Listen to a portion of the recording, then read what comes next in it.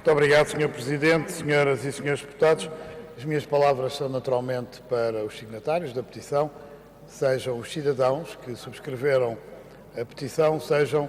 as associações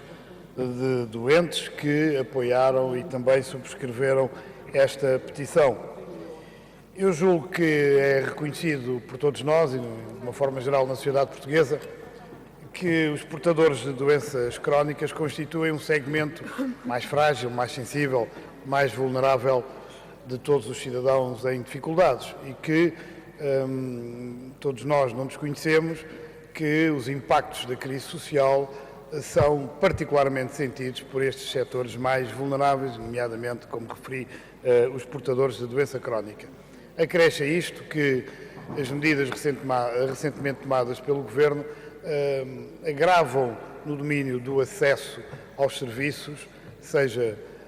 pela existência de taxas moderadoras, seja pela restrição agora aos transportes, enfim, pelo sentido restritivo e de maiores dificuldades que estes cidadãos hoje têm para aceder aos serviços de saúde, que neste momento haja um particular reconhecimento da necessidade de um maior apoio a estes cidadãos. E é por isso que nós apresentámos um projeto de resolução.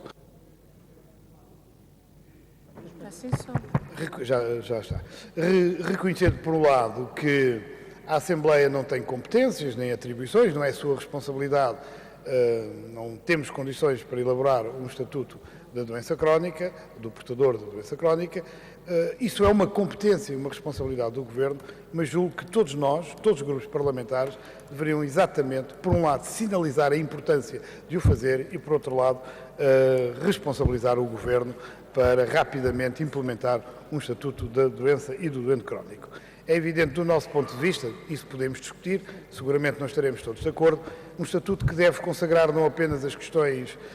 clínicas, médicas, assistenciais, nem tão pouco apenas as questões de apoios sociais, mas iria um pouco mais longe no enquadramento deste tipo de situações, nomeadamente diz respeito ao alojamento, aos transportes, às questões do ambiente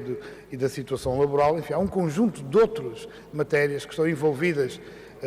Se tivermos uma avaliação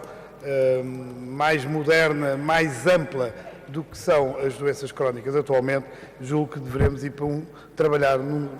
no sentido de obter um estatuto bem mais amplo do que aquele que se restringe às questões meramente assistenciais, clínicas, médicas, que é uma parte do problema e uma parte, apesar de tudo, importante, mas, apesar de tudo, uma parte pequena deste problema. A nossa outra proposta tem por objetivo,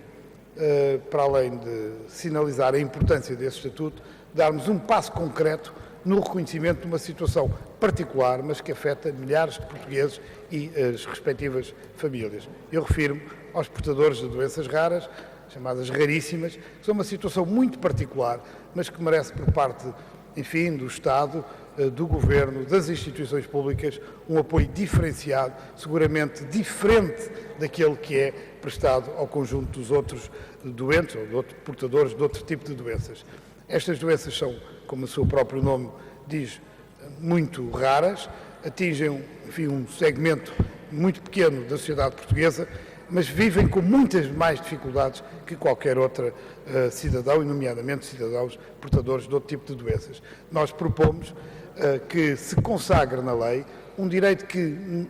de certa forma, já é verificado para algumas situações, que é o direito a tratamentos inteiramente gratuitos, mas nós pretendemos duas coisas. Primeiro, consagrar esse direito na lei e, segundo, alargar esse direito na exata medida em que estes doentes, para além da terapêutica específica que fazem, que só se aplica àquelas situações clínicas, também necessitam de recorrer, estou mesmo a terminar, Sr. Presidente, necessitam de recorrer a outro tipo de terapêuticas caras e que têm que utilizar sistematicamente, o que torna, o que acresce uma dificuldade aos seus orçamentos familiares. Muito obrigado.